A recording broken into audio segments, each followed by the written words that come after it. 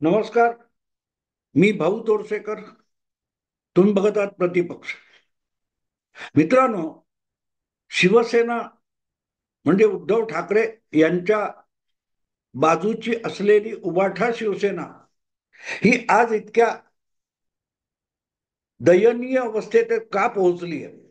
हा त्याचं खापर भाजपवर फोडणं हा संजय राऊत, आदित्य ठाकरे, उद्धव ठाकरे यांचा आवडता छंद आहे.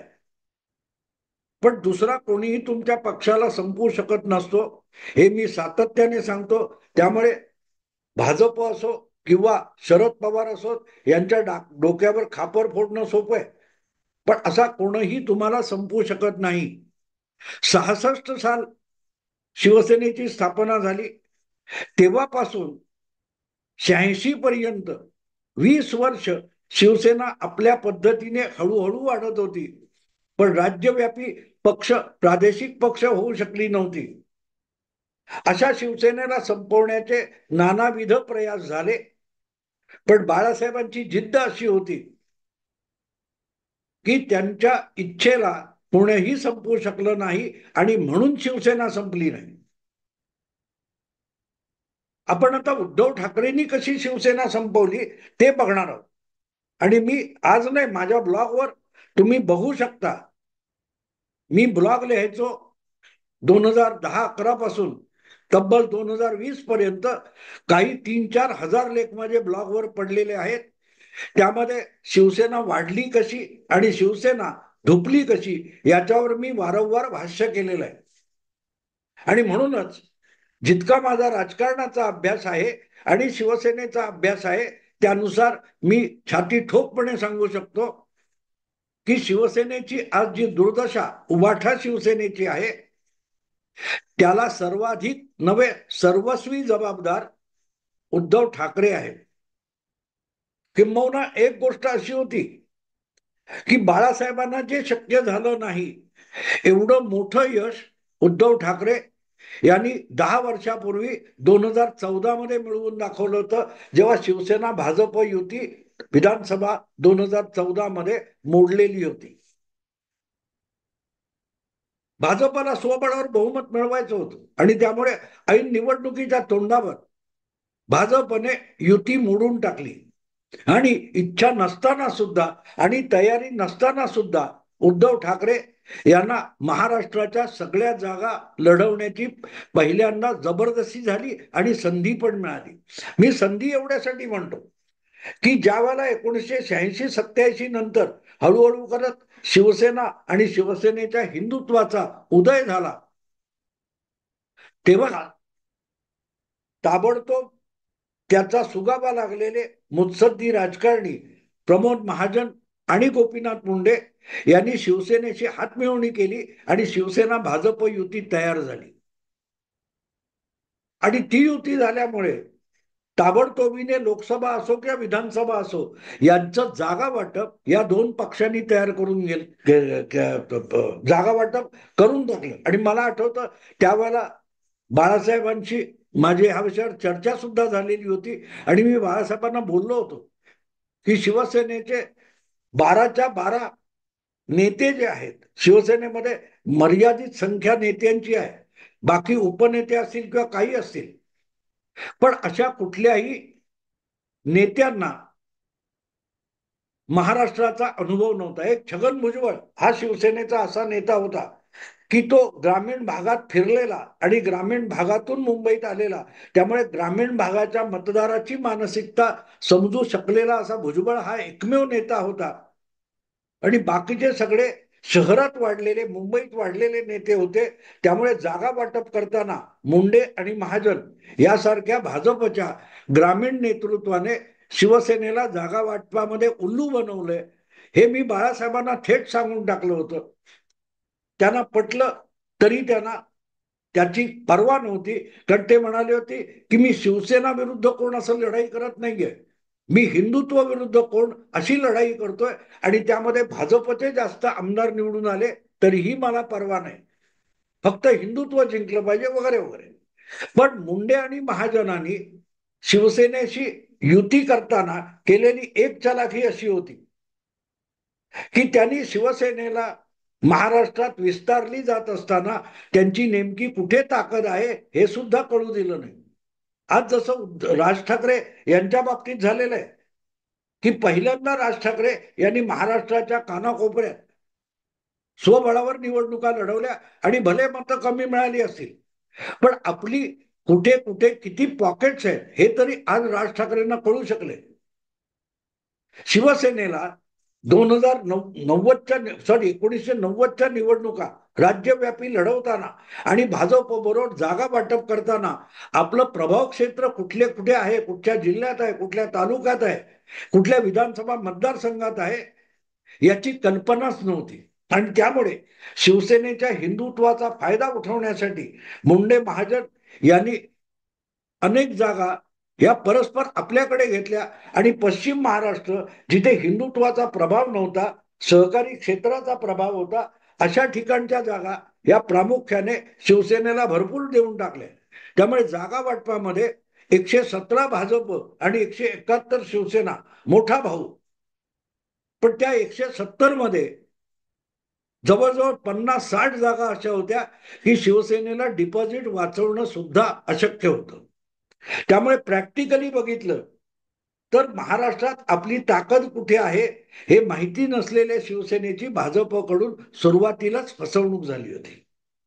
पण बाळासाहेबांना त्याची पर्वा नव्हती. त्यांच्यामध्ये भाजप आलं, शिवसेनेचा आमदार आला तरी तो हिंदुत्वाचा असेल ही भूमिका होती. अपपरभाव नव्हता. पण ही परिस्थिती पुढे चालू राहिली आणि प्रत्येक लोकसभा विधानसभा निवडणुकीमध्ये 1990 नंतर भाजप आणि सेना जागा वाटपाने लढत राहिली आणि त्यामुळे भाजपला आपलं प्रभाव क्षेत्र ओळखता येत होतं, तितकं शिवसेनेला येत नव्हतं आणि त्यामुळे जागा वाटपावरून नेहमी घासाघीस होत राहिली. पण शिवसेनेला कधीही आपलं प्रभाव क्षेत्र नेमकं ओळखता आलं नाही आणि त्याचं कारण त्यांना कधीही स्वबळावर निवडणुका लढवता आल्या नाही. भाजपने पहिल्यांदाच युती करून शिवसेनेला ही संधी नाकारलेली होती. 2014 मध्ये जेव्हा अखेरच्या क्षणी अगदी उमेदवारी अर्ज भरायला सुरुवात झाली त्यावेळेला भाजपने शिवसेनेबरोबरची युती मोडली आणि जबरदस्ती केल्यासारखं उद्धव ठाकरे यांना 288 जागा लढवण्याची परिस्थिती आली. कसं बसं रडत खडत त्यांनी मला वाटते 250च्या आसपास उमेदवार उभे केले आणि त्यातून फार मोठी अपेक्षा बाळगलेली नव्हती. पण तरीही स्वबळावर लढून उद्धव ठाकरे यांनी 63 आमदार निवडून आणले.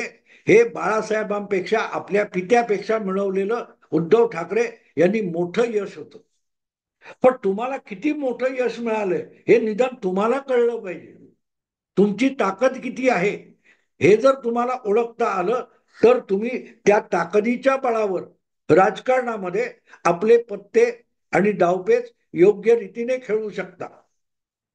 बाळासाहेबांना ते मुंबई पुरते असल्यामुळे आणि अचानक हे सगळं झाल्यामुळे आणि त्यांना निवडणुकीची फारशी पर्वा नसल्यामुळे महाराष्ट्राचं राजकारण कळत नसेल, जागा प्रभाव क्षेत्र. पण उद्धवना सत्तेमध्ये इंटरेस्ट होता तर त्यांनी आपल्याला पहिल्यांदा स्वबळावर लढवता आल्यानंतर आपल्याला 63 आमदार एकट्याच्या बळावर निवडून आणता आले तर ही आपली ताकद किती अनमोल आहे हे ओळखून पक्षाचा विस्तार पुढल्या 5 वर्षात करता आला असता. जे मतदाराने तुमच्या पारड्यात टाकलं होतं 63 आमदार, आणि मला आठवतं मी त्या निवडणुकीचा बारकाईने अभ्यास केला होता, तर 63 अधिक 36 अशा जागा होत्या की जिथे शिवसेना फार तर दुसऱ्या क्रमांकाने किंवा अशा 5-7 हजार मताच्या फरकाने पडली होती. म्हणजे पुढची 5 वर्ष त्या दुसऱ्या क्रमांकाच्या मतदार केंद्रावर जर मेहनत घेतली असती तर त्या जागा 2019 मध्ये शिवसेना सहज जिंकू शकली असती. म्हणजे 63 अधिक 36 असा हिशोब तुम्ही केला तर महाराष्ट्राच्या 288 मध्ये कमीत कमी 99 ते 100 जागा अशा होत्या की जे शिवसेनेचं निर्विवाद प्रभाव क्षेत्र होतं. सत्तेत मिळतील ती मंत्रिपदं घेण्यापेक्षा उद्धव ठाकरे यांनी परत एकदा युती करण्याचं वचन देण्यापेक्षा आणि मंत्रिपद घेण्यापेक्षा भाजपला बाहेरून पाठिंबा दिला असता आणि या 100-125 जागांवर पुढची 5 वर्ष मेहनत घेतली असती तर 2019 मध्ये शिवसेनेला भाजपशी युती करण्याची गरज सुद्धा नव्हती आणि ठणकावून सांगता आलं असतं की नाही, 150च्या खाली शिवसेना कमी जागा लढवणार नाही, असेल तर स्वबळावर लढा, अशी धमकी भाजपला उद्धव ठाकरे देऊ शकले असते. पण 5 वर्ष थांबायला उद्धव ठाकरे तयार नव्हते. सत्तेचा मोह आणि सत्तेतून मिळणारा पैसा याचा मोह उद्धव ठाकरेंना इतकं वेडं करून गेला होता की भाजपने त्यांच्या तोंडावर जे काय अक्षरशः फालतू मंत्रीपदाचे तुकडे टाकले, ती 12 मंत्रीपदं त्यांनी घेतली. त्यामध्ये एखाद दुसरं सोडलं ते एकही महत्वाचं मंत्रालय नव्हतं. तिथे उद्धव ठाकरे यांनी आपल्याला मिळालेल्या यशावरून बोळा फिरवून टाकला. 5 वर्ष सत्तेबाहेर राहून आपला पक्ष अधिक मजबूत करणं, 100-125 मतदारसंघामध्ये मजबूत करणं आपला पक्ष, ही सगळ्यात उत्तम मेहनत ठरली असती, मशागत ठरली असती आणि त्या बळावर भाजपला वाकुल्या दाखवणं सुद्धा उद्धव ठाकरेंना शक्य झालं असतं. कारण शेवटी भाजपची ताकद किती होती? भाजप इतर ठिकाणचे उमेदवार आणून 122 जागा जिंकू शकला होता आणि ऐन वेळेला निवडणूक लढवून सुद्धा उद्धव ठाकरे यांनी 63 जागा जिंकल्या होत्या. ही युती 2 महिने आधी मोडली असती तर उद्धव ठाकरेंनी 75 ते 80 जागा सुद्धा 2014 मध्ये जिंकून दाखवल्या असत्या आणि ती शिवसेनेची खरी ताकद ठरली असती. पण ठीक आहे, भाजपने त्यांना फसवलं हे मी मान्य करतो. नवे मी तो आरोप केलेला आहे, त्यावर माझे अनेक लेख आहेत. पण अरुण्य रुदन म्हणतात ना, मी हे लेख लिहून शिवसेनेला त्यांचं प्रभाव क्षेत्र दाखवण्याचा प्रयत्न करत होतो. पण उद्धव ठाकरेंना त्यामध्ये रस नव्हता. त्यांना सत्तेमध्ये आणि मंत्रीपदामध्ये रस होता आणि त्यामुळे मतदार ज्या मोठ्या आवेशात त्यांच्या बाजूने आला होता भाजपला धडा शिकवण्यासाठी, तो आवेश उद्धव ठाकरे ओळखू शकले नाहीत आणि त्यांनी आपल्या पायावर धोंडा पाडून घेतला. ती 12 मंत्रीपदं घेतली आणि तेवढंच नाही तर 2019 मध्ये सुद्धा लोकसभा विधानसभेसाठी आधीच युती मान्य करून टाकली. हा, एक मुंबई महापालिका सोडली तर बाकीच्या वेळेला उद्धव ठाकरे, एक पालघरची लोकसभा पोटनिवडणूक सोडली तर बाकी उद्धव ठाकरे हे युतीला शरण गेले होते. याचं कारण त्यांना आत्मविश्वास नव्हता. आत्मविश्वास असता तर उद्धव ठाकरेंना स्वबळावर निवडून आलेले 63 आमदार आणि दुसऱ्या क्रमांकाने पराभूत झालेल्या 36 जागा, या 99 जागांचं फार मोठं काय ते मूल्य आहे ते लक्षात आलं असतं आणि त्यातून शिवसेना हा महाराष्ट्रातला 1 नंबरचा पक्ष तयार झाला असता. किंबहुना भाजपला आव्हान देऊ शकणारा एक प्रादेशिक पक्ष, जसा तेलगू देसम आहे, टीएमसी आहे, असा एक महत्वाचा पक्ष, प्रादेशिक पक्ष महाराष्ट्रात उभा राहिला असता. पण उद्धव ठाकरेंना सत्तेचा आणि त्यातून येणाऱ्या कमाईचा इतका मोह होता की त्यांनी नतमस्तक होऊन देवेंद्र फडणवीस यांच्या मंत्रिमंडळामध्ये आपल्या सहकार्यांना पाठवलं आणि तिथेच उभं राहू शकणाऱ्या शिवसेनेचं खच्चीकरण सुरू झालं. ते खच्चीकरण करणाऱ्या माणसाचं नाव पक्षप्रमुख उद्धव ठाकरे आहे. ज्यांना त्या 12 मंत्रिपदांचा मोह सोडता आला नाही, त्यांनी शिवसेनेचं सगळ्यात मोठं नुकसान केलं आणि त्यानंतर शिवसेनेची जी फरफट चालू झाली, ती स्वबळावर 63 जागा मिळवणारी शिवसेना ही 5 वर्षानंतर युतीमध्ये जाऊन 56 आमदारांपर्यंत खाली आले. युती आघाडी करून आपल्या जागा प्रत्येक पक्ष वाढवून घेत असतो, पण उद्धव ठाकरे आणि भाजप यांनी युती करून आपापल्या जागा कमी करून घेतल्या. भाजपच्या 17 जागा कमी झाल्या तर उद्धव ठाकरे यांच्या 7 जागा कमी झाल्या.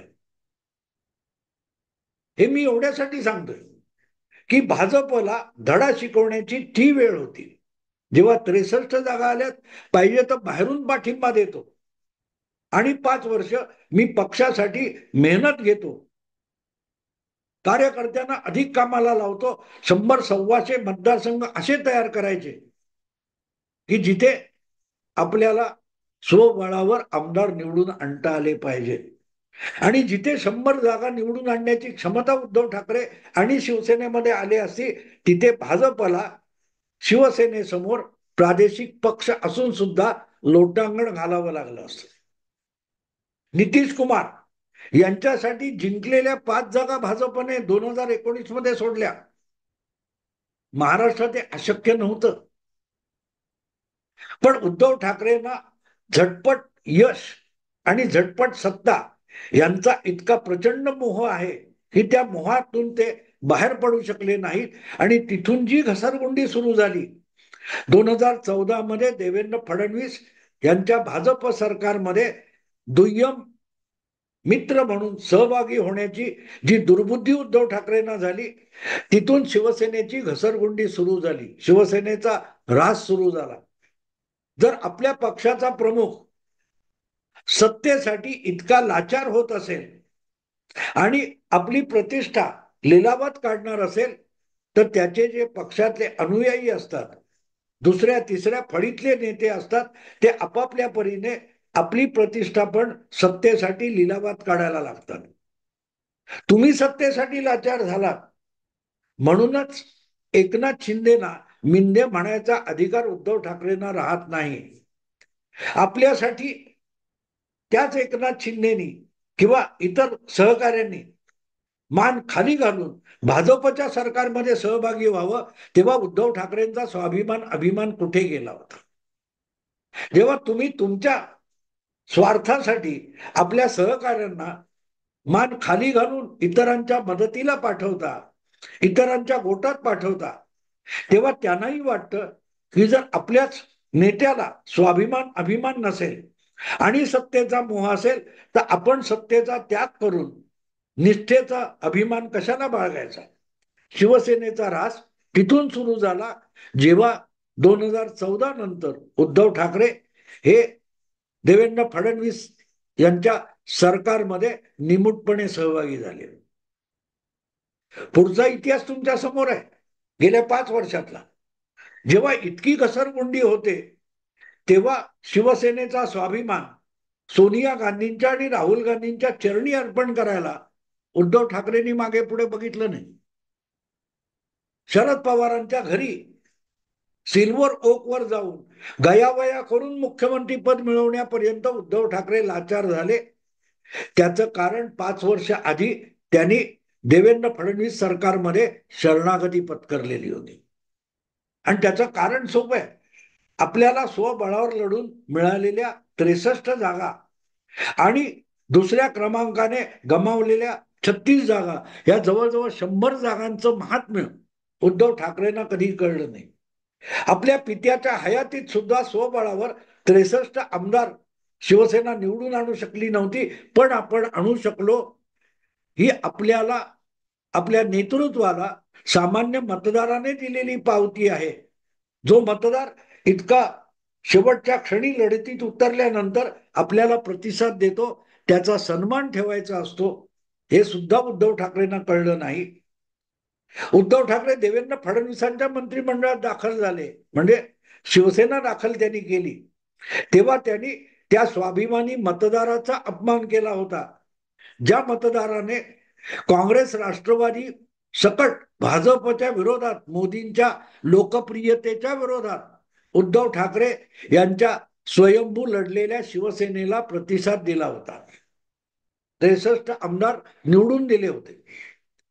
त्या मतदाराचा जेव्हा तुम्ही अपमान करता तेव्हा तो मतदार तुमच्याविषयी निराश होतो.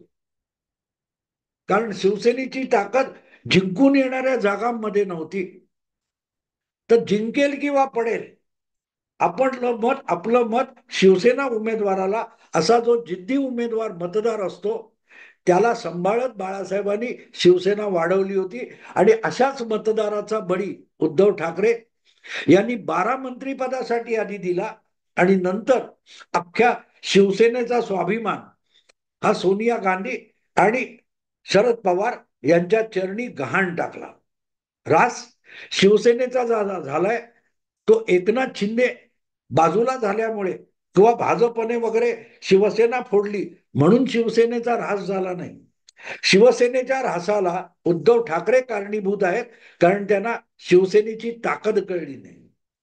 शिवसैनिकाच्या आणि शिवसेनेच्या मतदाराच्या स्वाभिमानाच्या निष्ठा आणि त्याचं मूल्य उद्धव ठाकरेंना कधीच ओळखता आलं नाही. 12 मंत्रीपदासाठी फडणवीस सरकारमध्ये दाखल होणं याचा अर्थ त्या निष्ठांचा लिलाव उद्धव ठाकरेंनी करून टाकला होता. आणि 5 वर्षानंतर मुख्यमंत्री पदासाठी आपल्या पित्याची सगळी परंपराच त्यांनी लिलावात काढली आणि 2.5 वर्ष मुख्यमंत्री पद म्हणून मिरवून घेतलं. तेव्हा आज शिवसेनेची जी दुर्दशा आपण बघतो त्याला इतर कोणी जबाबदार नाही, खुद्द उद्धव ठाकरे जबाबदार आहे. खुद्द उद्धव ठाकरे जबाबदार आहे. उद्धव ठाकरेंनी शिवसेना कशी बुडवली हे म्हणूनच समजून घेतलं पाहिजे. त्याचं खापर फडणवीस, अमित शहा, भाजप यांच्या डोक्यावर फोडून उपयोग नाही. ते खापर शरद पवारांच्या किंवा काँग्रेसच्याही माथी फोडण्यात अर्थ नाही. जो नेता लढायला घाबरतो तो सेना असलेल्या शिवसेनेचा नेताच होऊ शकत नाही. ज्या वेळेला सेनापती किंवा सैनिक शरणागत होतात त्यांना परत सैन्यात ठेवत नाही. पाकिस्तानची 90,000 सेना बांगलादेशमध्ये भारताला शरण आली, हत्यार टाकलं त्यांनी. त्यानंतर त्या 90,000 सैनिकांना पाकिस्तानच्या सेनेतून बरखास्त करण्यात आलं. कारण तो ए नियाझी बांगलादेशमध्ये पाकिस्तानी सेनेच्या वतीने हत्यार ठेवणारा, हत्यार खाली ठेवणारा हा बरखास्त झाला. असा सेनापती चालत नाही, मग तो शिवसेनेचा असो किंवा पाक सेनेचा असो. कुठल्याही जगातल्या सैन्याचा सेनापती शरणागत होतो त्याला सेनेत राहण्याचा अधिकार उरत नाही, कारण त्याने सेनेची निष्ठा आणि अभिमान मारून टाकलेला असतो. थोडक्यात उद्धव ठाकरे यांनीच शिवसेना संपवली ही वस्तुस्थिती आहे. एवढं सांगून थांबतो. आवडलं लाईक करा, शेअर करा आणि प्रतिपक्षाला सबस्क्राईब करा. नमस्कार.